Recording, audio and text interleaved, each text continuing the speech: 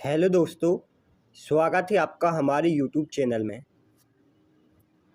आज हम प्राचीन इतिहास में सिंधु सभ्यता के बारे में पढ़ेंगे। यह हमारा सिंधु सभ्यता से संबंधित दूसरा वीडियो है। इस वीडियो में आज हम मुख्यतः सिंधु सभ्यता के नगर की विशेषता, वहाँ का प्रमुख व्यापार, सिंधु सभ्यता के धार्मिक, आर्थिक और सामाजिक जनजीवन के बारे में पढ़ेंगे।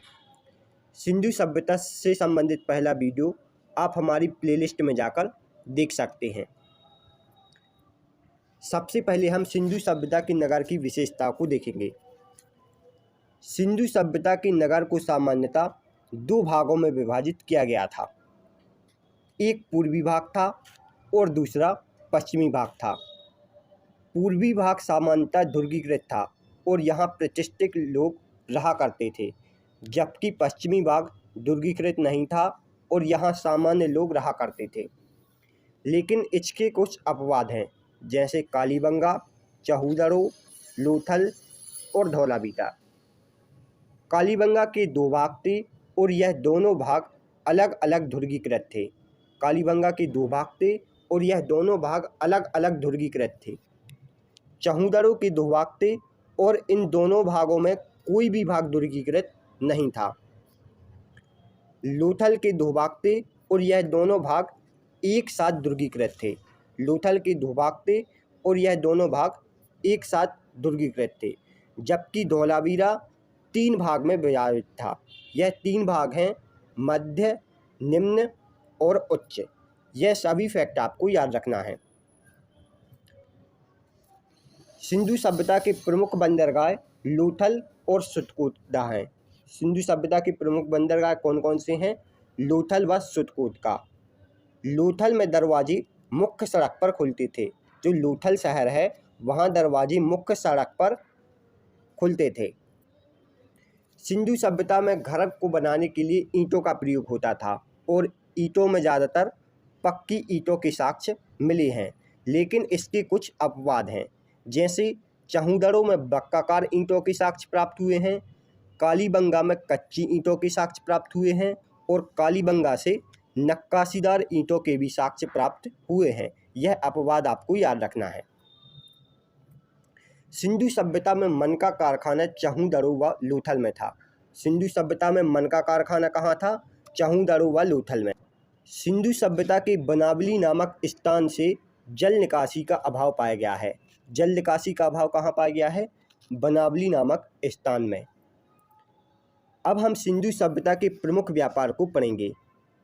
सिंधु सभ्यता के लोग तांबा राजस्थान के खेतड़ी से, चांदी अफगानिस्तान के बदस्का से, सोना कर्नाटक के कोलार से और गोमेद सौराष्ट्र से आयात करते थे, जबकि लाजवर्त मेसोपोटामिया से और टिन व सीसा ईरान से आयात करते थे। इसके अलावा मेसोपोटामिया से सारगोन का एक अभिलेख प्राप्त हुआ है, जहां मेलुआ शब्द का प्रयोग सिंध के लिए और दिलमुन शब्द का प्रयोग फारस के लिए उपयोग किया गया है, जबकि माखन शब्द का भी उपयोग इस अभिलेख में किया गया है, लेकिन यह किसके लिए यूज हुआ है यह अभी तक पता नहीं चल पाया है। लोथल से फारस की मोहर प्राप्त हुई है, जिससे यह पता चलता है कि सिंधु सभ्यता का व्यापार फारस से था। और मेसोपोटामिया के उर और किस नामक स्थान से सिंधु सभ्यता की मोहर प्राप्त हुई है, जिससे यह पता चलता है कि सिंधु सभ्यता का व्यापार मेसोपोटामिया से था। यह सभी फैक्ट आपको याद रखना है। अब हम सिंधु सभ्यता के धार्मिक जीवन के बारे में पढ़ेंगे। सिंधु सभ्यता में मातृ देवी की उपासना सबसे प्रचलित थी। स्त्री मूर्ति मिलने से सैंधव सभ्यता के मातृ सत्तात्मक होने के प्रमाण मिलते हैं। सिंधु सभ्यता के लोग धरती को उर्वरता की देवी मानकर उसकी पूजा करते थे और स्वास्तिक चिन्ह सामान्यतः सिंधु सभ्यता की देन है। पशुओं में कुबड़ वाला सान लोगों के लिए विशेष पूजनीय था और लिंग पूजा व वृक्ष पूजा के साक्ष्य भी यहाँ से मिले हैं। यह था सिंधु सभ्यता के धार्मिक जीवन के बारे में। अब हम वहाँ के आर्थिक जीवन को देखेंगे।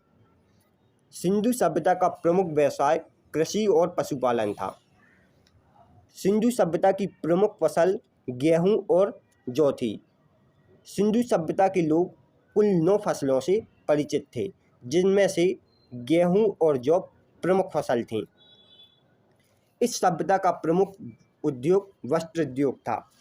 सेंधववासी सूती व ऊनी वस्त्रों का प्रयोग करते थे। यह काले रंग के डिजाइन किए हुए मिट्टी के बर्तन बनाते थे और तौल की इकाई यहाँ 16 के अनुपात में थी। तौल की इकाई कितने के अनुपात में थी? 16 के अनुपात में। यहाँ के लोग तलवार से परिचित नहीं थे। अब हम सिंधु सभ्यता के सामाजिक जीवन को देखेंगे। सैंधव सभ्यता में दास प्रथा व पर्दा प्रथा प्रचलित थी। यहाँ सती प्रथा के प्रमाण भी मिले हैं। सती प्रथा के प्रमाण लोथल व कालीबंगा से प्राप्त हुए हैं। यह मनोरंजन के लिए मछली पकड़ना, शिकार करना, पांसा व चौपड़ आदि साधनों का प्रयोग करते थे और यह लोग मिठास के लिए शहद का प्रयोग करते थे।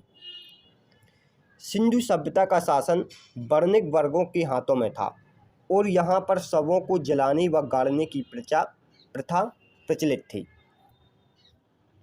अब हम सिंधु सभ्यता के बारे में कुछ अन्य तथ्य देख लेते हैं।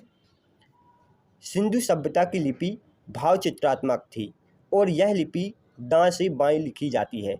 सिंधु सभ्यता की लिपि क्या थी? भाव चित्रात्मक, और यह लिपि दाएं से बाएं लिखी जाती है। आग में पकी हुई मिट्टी को टेराकोटा कहा जाता है। आग में पकी हुई मिट्टी को क्या कहा जाता है? टेराकोटा। सिंधु सभ्यता के लोगों ने नगरों व घरों के विन्यास के लिए ग्रीक पद्धति अपनाई थी। कौन सी पद्धति अपनाई थी? ग्रीक पद्धति। इतिहासकार पिग्गत ने हड़प्पा व मोहनजोदड़ो को सिंधु सभ्यता की जुड़वा राजधानी कहा था। किस इतिहासकार ने हड़प्पा व मोहनजोदड़ो को सिंधु सभ्यता की जुड़वा राजधानी कहा था? इतिहासकार पिग्गत ने। यह सभी फैक्ट आपको याद रखना है।